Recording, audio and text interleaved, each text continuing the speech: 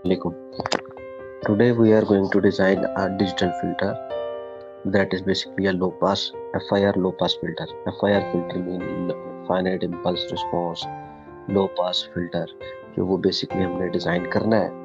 लो pass filter क्या होता है? कहते हैं what is low pass filter that pass low frequency component and block the high frequency component. तो सबसे पहले जो चीज़ हमें पता होनी चाहिए कि हमारी जो लो फ्रिक्वेंसी और हाई फ्रिक्वेंसी कंपोनेंट क्या है। तो उसके लिए लेट्स सपोज व्हाइट बोर्ड पे आपके साथ शेयर करता हूँ। यहाँ पे अगर हम डिजाइन करें, लेट्स सपोज ये मेरे पास एक्सेस है। पहली चीज हम सबको ये पता होना चाहिए हमारी जो डिस्क्रीट फ्रिक्वेंसी है वो कहाँ से कहाँ तक एग्जिस्ट कर रही है। वो उसमें जो हमारी सबसे हाई लो फ्रिक्वेंसी है वो हमारी जीरो होती है, बेसिकली आपकी जीरो फ्रिक्वेंसी। और जो हाई फ्रिक्वेंसी है बेसिकली वो आपकी मैक्सिमम जो फ्रिक्वेंसी है वो बेसिकली आपकी पाई फ्रिक्वेंसी होती है। That is basically equal to pi. ठीक है। और इसकी जो सेंटर है ये बेसिकली आपका यहाँ से यहाँ तक। तो ये जो है जो बेसिकली आपका होता है आपका पाई बाय 2 जिसको हम बोलते हैं। ये हमारी इन दोनों का मिड बनेगा। तो ये बेसिकली आपका क्या कहलाएगा?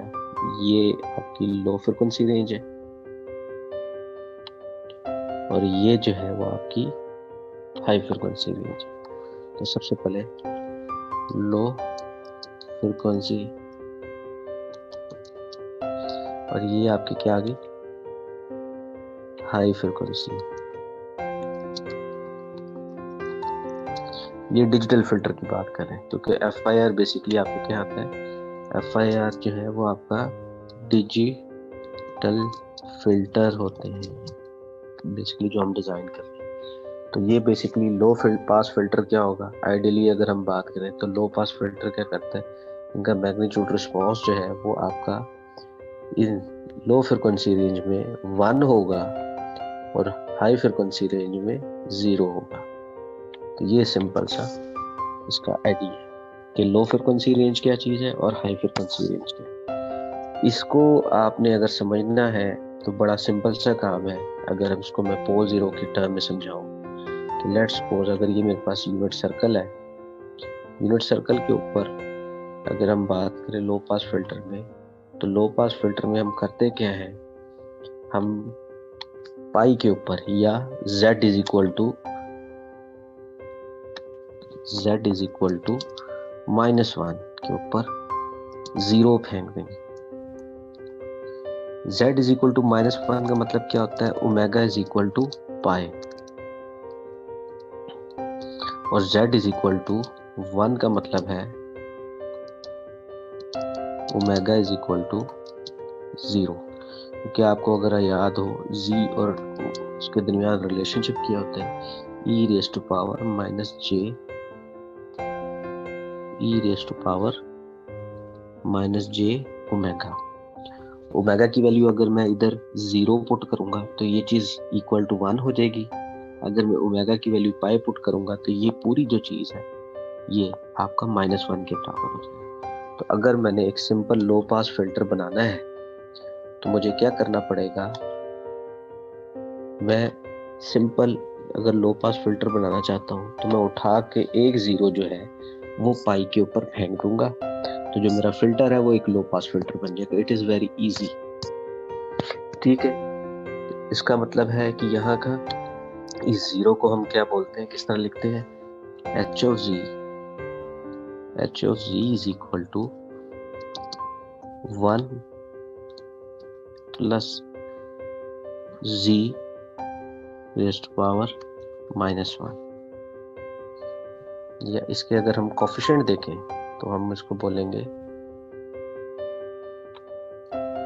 इसके जो बीकेज आते हैं वो बेसिकली क्या होंगे? 1 और 1 या 1/2 1/2।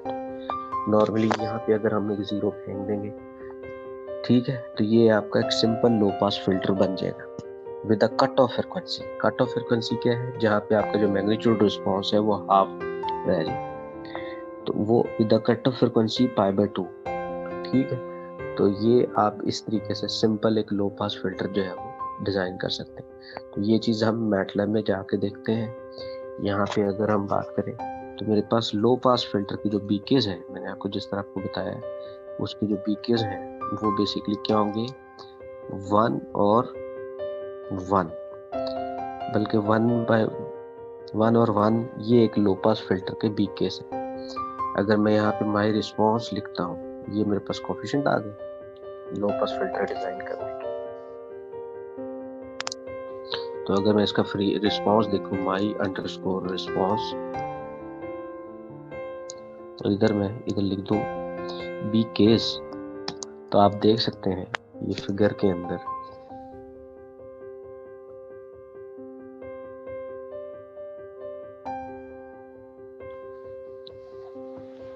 तो ये एक सिंपल लो पास फिल्टर जो है वो बन गया कि आपने एक जीरो इधर फेंक दिया, जिसकी वजह से ये आपको दिखा नजर आ रहा है जीरो से लेकर यहाँ तक। तो आपकी जीरो के ऊपर हाई फ्रिक्वेंसी मैग्नीट्यूड रिस्पॉन्स ये है, और जैसे जैसे फ्रिक्वेंसी बढ़ रही है पाई की तरफ जा रहा है और आपका मैग्नीट्यूड रिस्पॉन्स जो है वो कम होता जा रहा है। तो ये एक सिंपल लो पास फिल्टर बन गया है, 1 और 1 low pass filter with cut off frequency pi by 2। तो ये एक सिंपल लो पास फिल्टर है जो हम FIR फिल्टर के थ्रू बना सकते हैं। अब अगर आप इसकी कट ऑफ फ्रिक्वेंसी को इम्प्रूव करना चाहते हैं, लेट्स सपोज आप चाहते हैं कि मैं इसकी कट ऑफ फ्रिक्वेंसी इम्प्रूव कर लूं, तो मुझे क्या करना पड़ेगा, सेम एक दो काफी तरीके हैं इसको इम्प्रूव करने के। एक तरीका ये है कि आप क्या करें, सेम इसी फ्रिक्वेंसी का जो मसलन मैंने बीकेज लिए इसी फिल्टर तरह का एक फिल्टर जो है वो कैस्केड कर दें। मसलन अगर मैं इसकी कट ऑफ फ्रिक्वेंसी को इम्प्रूव करना है तो मैं अगेन व्हाइट बोर्ड पे चला जाता हूँ। तो लेट्स सपोज ये मेरे पास एक सिस्टम था लो पास फिल्टर, सेम इसी तरह का जो फिल्टर सिस्टम है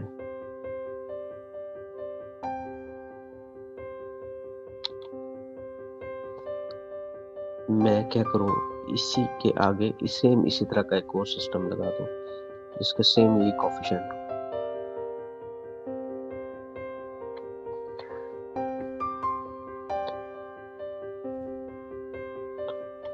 जिस तरह यहाँ पे मेरे पास इनपुट आ गई, ये आउटपुट आ गई यहाँ से, तो इसके भी जो कोफिशिएंट है वो 1 1 थे। मैं अगर लिखूं 1 और 1, तो मैं आगे भी जो अगला सिस्टम लूंगा उसके भी कोफिशिएंट जो है वो 1। तो ये मेरा एक, यानी कि आप ये समझ लें कि आपने सेम यहाँ पे एक दो जीरोस जो है वो फेंक दी उसी लोकेशन के ऊपर, तो आपकी जो कट ऑफ फ्रिक्वेंसी है वो इम्प्रूव हो जाएगी। ठीक है, तो आए इसको मैटलैब में करके देख लेते हैं। मैटलैब में अगर हम करेंगे तो यहाँ पे मैं कहता हूँ BK1 is equal to CONV convolve कर लिया, बीकेस को बीकेस के साथ अगेन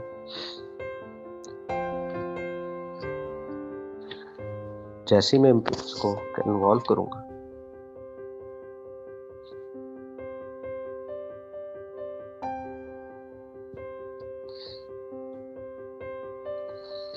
तो अब आप इसका रिस्पॉन्स देखें। मैं यहाँ पे माई रिस्पॉन्स BK1 पुट करूंगा, तो आप देखें यहाँ पे इसकी कट ऑफ फ्रिक्वेंसी इंप्रूव होगी। जितनी ज्यादा कट ऑफ फ्रिक्वेंसी इंप्रूव होने का मतलब क्या है, कट ऑफ फ्रिक्वेंसी इंप्रूव होने का मतलब ये कि आपकी कट ऑफ फ्रिक्वेंसी कम होती जाएगी, यानी कि 0.5 से कम होके 0.4 हो जाएगी या 3.5 हो जाएगी या जिस तरीके से हो। तो ये कट ऑफ फ्रिक्वेंसी किस तरह कम हो रही है इसको भी हम कैलकुलेट करते हैं यूजिंग द फॉर्मूला। वो फॉर्मूला मैं भी आपको बताता हूँ कि वो फॉर्मूला जो है वो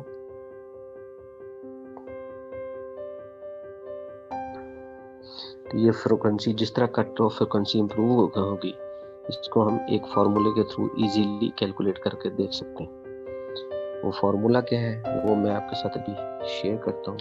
वो फॉर्मूला है जी आपका, मैं पेस्ट करने की कोशिश करता हूँ ये फॉर्मूला व्हाइट बोर्ड के ऊपर।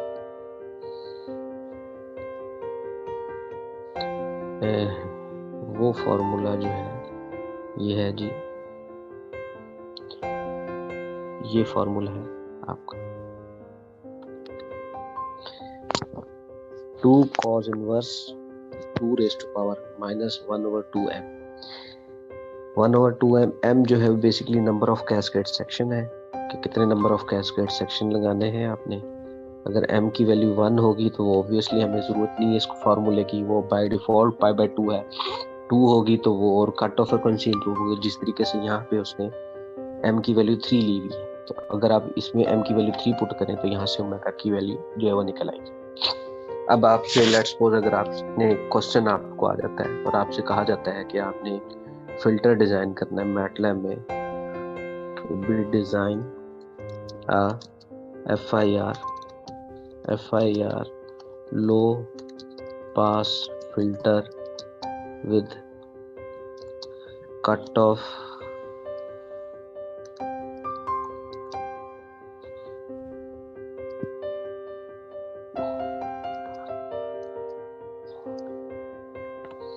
frequency, इसको कॉपी कर ले, एक्स व्हाइट बोर्ड पे मैं लिख लेता हूँ स्टेटमेंट।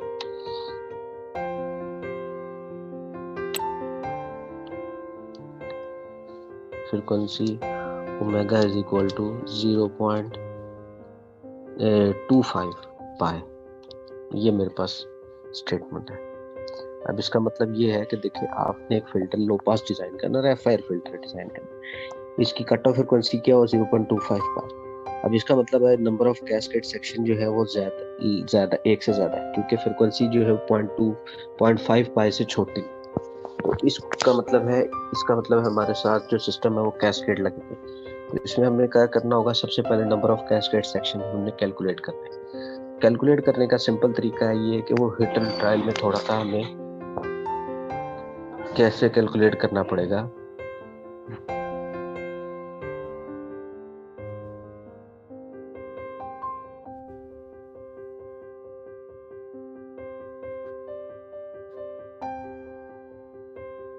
उसके लिए हम करेंगे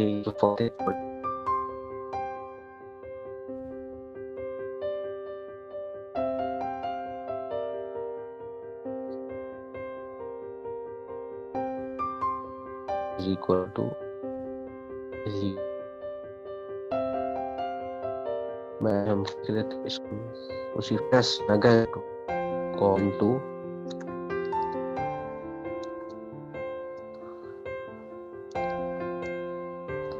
ए कॉस इनवर्स के लिए ए कॉस इस्तेमाल होगा 2 raise to power -1/2m 2 raise to power -1/2m।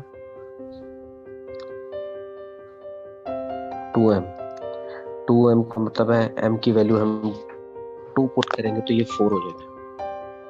ठीक है, आप यहाँ से देख सकते हैं, और ये पूरे को हम डिवाइड कर देते हैं पाई के साथ ताकि हमें रेडियन में नजर आ जाए।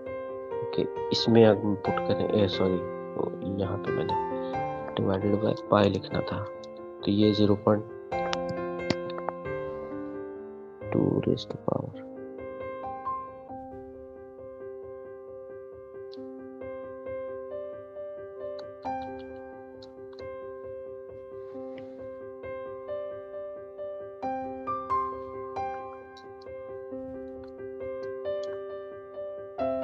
cos 1/2m।